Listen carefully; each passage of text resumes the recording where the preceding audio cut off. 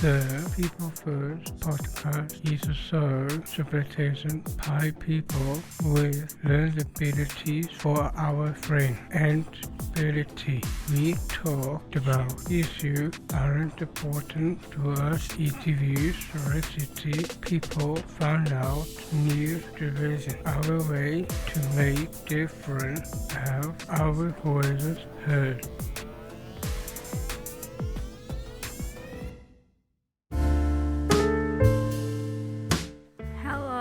Welcome to the People First broadcast.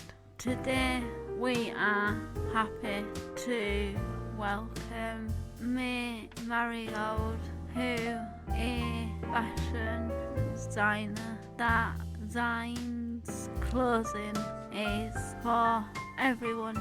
She specialises in clothing is inclusive and adapted for people with disabilities. Welcome to the show, May. Thank you for talking to us today. Oh, thank you very much for having me. I'm excited to let you know what we do. What inspired you to come a fashion designer? Amazing. So there are lots of different reasons why I decided to become a fashion designer.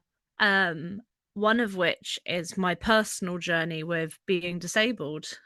So I have a lot of little disabilities which add up to be a nice bit of make getting dressed for me really difficult. And I wanted to make sure that I could design clothing for myself is a kind of where it all kind of started. I have a very particular sense of style. I like dressing up bright and colourfully. I only wear the colour yellow. It's the only colour I have in my wardrobe. And for me, it was just something which inspired quite a lot of joy. And I wanted to design and make clothing which really had that sense of joy encapsulated into it. And one of the things that I found was there was a lot of barriers when it came to kind of clothing which was available on the high street. I was having there was more energy being used than needed to, because there were simple solutions to making clothing more accessible.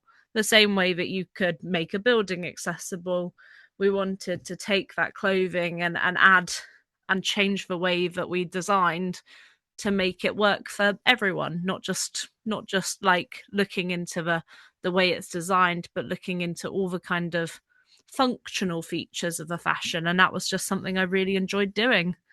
I worked with a lot of amazing people kind of at the start of my journey, and those kind of connections really made me see that this was something that was really important and that I wanted to challenge. Where do you get your ideas for your clothes? Yeah, so a lot, like I said, a lot of what I do at the moment is based on things that make people happy, looking into the small things in life that bring us a little bit of joy, like seeing a really pretty flower or spending time with cats, and looking into bright, colourful things that make you smile.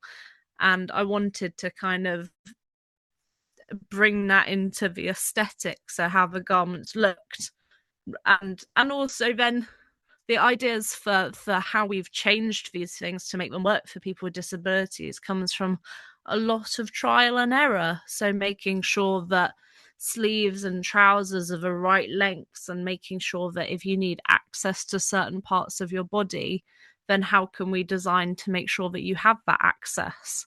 We wanted to work not just with the kind of how the garment looks, but how the garment feels to wear as well. And all of these things kind of together kind of created our brand. And talking to people with disabilities has been a massive contribution to where we get our ideas from, because we want to make sure that we're listening to the people who we're making clothing for. and that's really important because, you know, we want our clothing to work for people. So we have lots of different conversations with lots of different like-minded individuals to really kind of create something that works for everyone. And from those conversations, we then move forward and design, and we look at how it would work and what it looks like seated rather than standing, and all of these things contribute to our final ideas. How to the model wearing? Yeah, so that is very much when we're doing photo shoots or we're doing shows, it's really important to remember the kind of human aspect to what it is we do. So we like to ask the individuals who are going to be modeling for us what they feel comfortable with, because it's quite daunting being a model in a fashion show or in a photo shoot. So we like to work with what they need, whether it's colors or whether it's textures. Like if something's too scratchy, then we're not going to, you know, we'll choose fabrics that work for the individual who's going to be wearing them. And, you know, another to reiterate, kind of, we want to make sure that people are experiencing joy with what they're wearing. We want to make sure people are happy, and if an outfit makes them feel good, or if an outfit makes them feel beautiful, those are the kind of conversations we have when we're dressing people to make sure that, you know, you're comfy on what you're wearing and you like what you're wearing. We don't want to send anyone down a runway if they're not feeling happy, because that's at the center of what we do. And there's been some cases where our models have actually worked with us before shows and before photo shoots, where we have kind of come together and sat down and asked, what is it that you need? And we've designed them something which has been made just for them, so that, you know, it works for, maybe they need to do a lecture in an outfit and they need to teach. So we need to make sure that we're dressing them in something that, you know, they could do that in, something that enables people to do what it is that they need to do. And then through that, we can kind of work on the aesthetics and what kind of shapes they need to be wearing and how we can adjust things to make it work for them. What do you get your models from, and what kind of models wear your clothes? Yeah, so this is something which is completely different depending on where we are and who we're working with. We've worked with some amazing CICs and charities before who have used their kind of connections with people with disabilities to ask who they want to model the clothing. So sometimes they're people that we meet on a day, which is always really lovely because we like meeting new people. And sometimes we do call outs. So we might ask people to kind of volunteer their time to come and model our work if they like it. And sometimes, like I said, it's working one-on-one with a model who maybe needed something more specific, and we work together to create that as a team, which is really fun. But the type of models we like to work with, we are big champions for inclusion in fashion. We like to make sure that we've got all different types of models, and we like to make sure that there's that representation.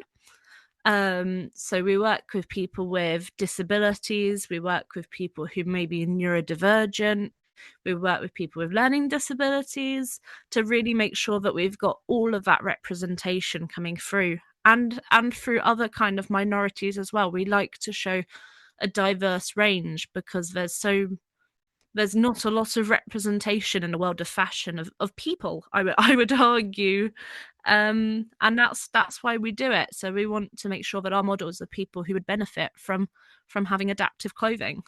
What do you have to do to prepare for a fashion show? Wow, that's a big question. There's lots of preparation that goes into being in a fashion show or creating a fashion show. And so one of the first things we like to do is we decide why it is we're doing what we're doing. What is our aim for the show? So we might pick, for example, a theme, and we might pick a certain cause to kind of decide in the direction of the clothing that we want to show. So it might be if we're heading to an event, we want to make sure that those clothes work for that environment. But we like to start off with kind of getting to that theme, but also consulting with people like you and me and people with disabilities who, you know, want to help direct and want to make sure that we're representing what people want us to represent, essentially. So having those conversations about what is it that people want to see from the world of fashion, and what's kind of missing. We like to be the gap fillers, which is really important. So we have to make the garments, we have to make sure that they fit the models, we have to make sure that, you know, the clothing matches things like shoes and jewelry, and make sure it looks all really lovely and cohesive. We like to bring a team together to help on the day of the show as well. We like to make sure that, because I need a lot of support, because these events are they're very intense, and there's lots of amazing people who we need to talk to and we want to share our message with. So we bring a team along to help make sure that we're using our energy in the right way and to help with all the different tasks. And yeah, the main thing that we do is we consult with the disabled community as to what it is that they want us to show and what message is really important to take forward for the show as well. How do you adapt clothes and shows for disabled people? So there's a lot that goes into this, and clothing adaptations are something which some people know exist and some people don't really understand. So adapting clothing is really working with a person's wants and needs for a garment. So if it's giving them additional access to their body, or perhaps using different types of waistbands to help with ease of dressing, so to help you get dressed, and adding different things to garments just to make them easier to put on and easier to wear throughout the day, which don't add more of a stress to your everyday lives.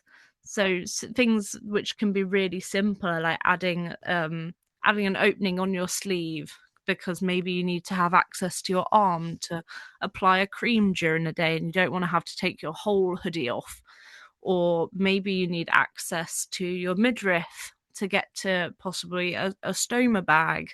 And instead of having to, you know, take off all of your clothes, you can simply just unzip to get that little bit of access. And it changes for who we're dressing and who they're working with, because we all have different access needs. And it's something which is we can't just apply it to absolutely everything, because we're all human, we all have our own ways of doing things, and that there's not just one way to adapt a garment, there's lots of different ways, and it's important that we make sure that everyone has access. And for our shows, these are they're smaller things, and it depends if we're running a show ourselves or if we're kind of working with another organization. But the heart of it is making sure that everyone feels included and making sure that, you know, we've got simple things like step-free access or an easy way to get round the runway. So if it's really long and you can't do a lot of walking, how can we make it so it works for the individual, and making sure that there's easy places to get changed. Is it different designing clothes for disabled people? So it changes. because it's not something which is done in one way. Designing has lots of different ways that you can design. So in my personal opinion, when you're designing for people with disabilities, there's a lot more thought, care, and attention to different aspects than you would with say designing for aesthetics and to be fashionable, because you're adding this extra layer and you're having to think about the wearer just a little bit more and how the garment goes on and off and how it can be worn during the day. Whereas with traditional kind of fashion design, a lot of it can either be like the wearability, or it's the aesthetics, or it's this. But with adaptive design, you're having to think about all of the different aspects, and you really have to think on a more human approach rather than looking into trends or what it is that's popular, or just on the looks. We want to, with adaptive design, you're working with someone and you understand their needs completely, and you have those open kind of conversations, which is something you don't always have with traditional design. Why is it important that disabled people get the chance to be a part of the fashion world? Well, this is a great question, and it's a lot to do with emotion and that representation. So when I was younger, there wasn't a lot of people who I didn't really have that representation. I didn't feel included, and I felt quite othered. And that representation would have meant so much to me as a kid when I was growing up, being able to see more people like me with my kind of sense of fashion, and with those kind of struggles that we have on a day to day. It would have been really lovely to see that when I was growing up. And I think it's important that we start sharing the voices of the disabled community and the image, and really trying to integrate that, because there's so much nastiness in the world at the moment, and it's completely unnecessary, and we want to show this sense of disabled joy.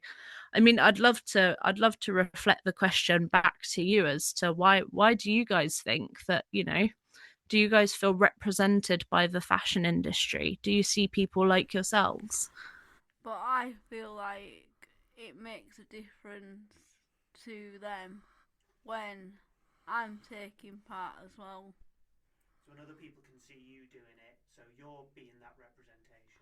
But Yeah. I show them it's just all in your head. The fear of doing it is in your head.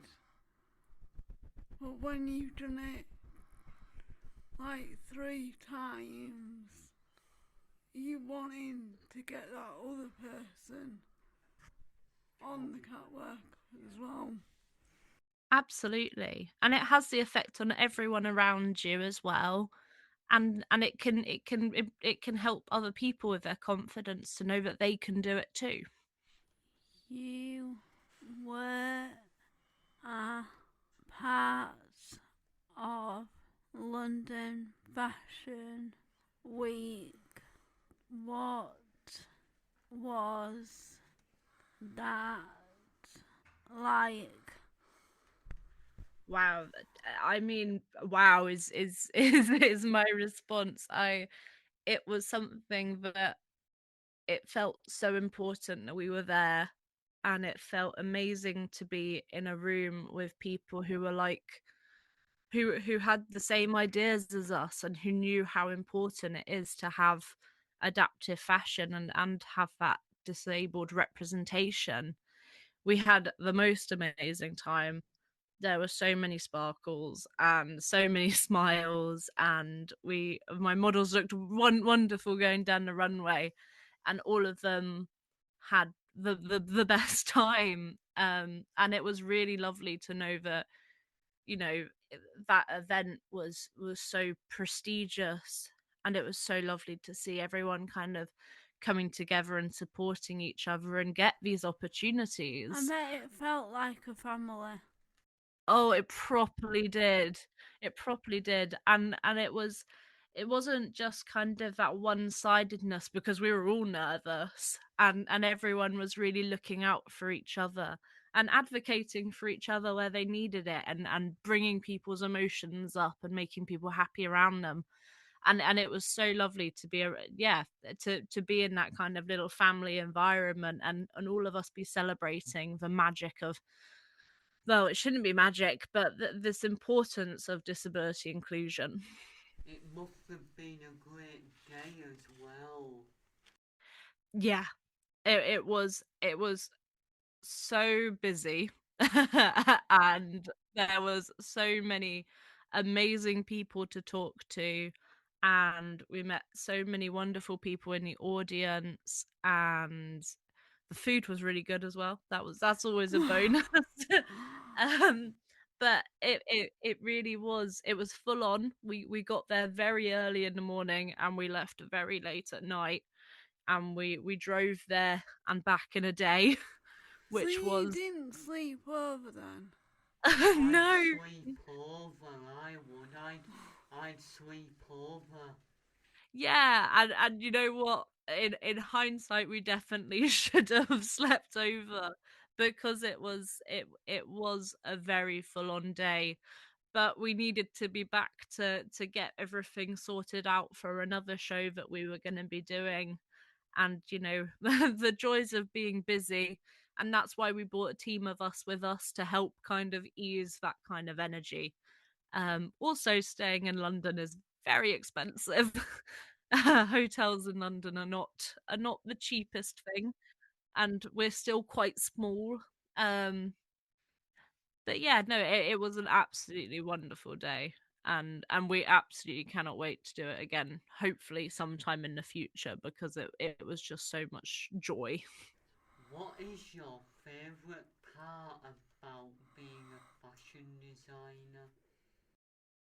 Oh, there is so many things to choose from, and that's probably my favorite thing is being able to do so many different wonderful things. It's not just sitting and drawing and making, but it's meeting people, and it's meeting the people who are going to be wearing things and being able to have opportunities like this to be able to talk to more people and share the importance of disabled fashion and adaptive fashion and really highlight the importance. I've had so many wonderful opportunities, and to know that my ideas can make a difference is just a huge favorite part of it. There are so many favorite things, but it's how the job changes day to day, and you know, you get to create joy, and I think that's so rare these days. What are your plans for the rest of Christmas? Ooh, lots and lots of exciting things. Some things I can talk about, some things I can't. So we're heading up up for us to Chester to do a fashion show called Kaleidoscope. And we're very excited to do that. And that's coming up in Disability Pride Month, which is July. And we're working on our upcycled adaptive collection at the moment. So we're taking clothing which has been worn and donated, and we are adding adaptions to them to hopefully bring down this kind of cost of adaptive fashion because it's quite expensive. But we want to make sure that we're keeping that circular motion to make sure that we're not creating lots of fashion that's going to go to the bin. We want to make sure that, you know, we're saving those clothing from going far away, and we're actually kind of modifying them so that they work for people. So that's our focus for this year. And hopefully some other projects, but our work is dependent on funding and applications, which are sometimes a tricky to get hold of. So we're hoping that with more growth for who we are, the more people will be interested in supporting us. But lots of exciting things, lots of joy, lots more designing, and hopefully some more shows. That is all the time we have for today. We'd like to say big thank you again to Bay for taking to us on the show. We're happy to be able to share your work with our listeners, and good luck for the future. Do you have anything else you had asked before we end the show? Amazing. Well, thank you very much for having me. It's been a pleasure to talk to you all. In terms of adding anything, I think I always like to end on a message of think about all the things that bring you joy. And those can be really simple things, or they can be something a little that most people wouldn't find joyous. It could be, the bus was on time kind of thing. But focus on those things that bring you joy. Because there's a lot going on, and we need more joy in the world. We're currently doing a form at the moment where we're asking people what brings them joy to help inspire our future collections. So we'd love it if you wanted to check that out. You can find it on our Instagram page or on our website. And then the other things are, I'll keep an eye for what we're doing. We're always looking for amazing people to come and join us at shows. And if there's things that you need designed or problems you're facing, please get in contact. We love to work with people. But yeah, it's been really lovely, and thank you for having me. If you enjoyed, follow us social media to learn more about what we do and our upcoming interviews. You can find us on YouTube, Facebook, X, and Instagram by searching for the People First Podcast. Thank you for listening. We will see you soon.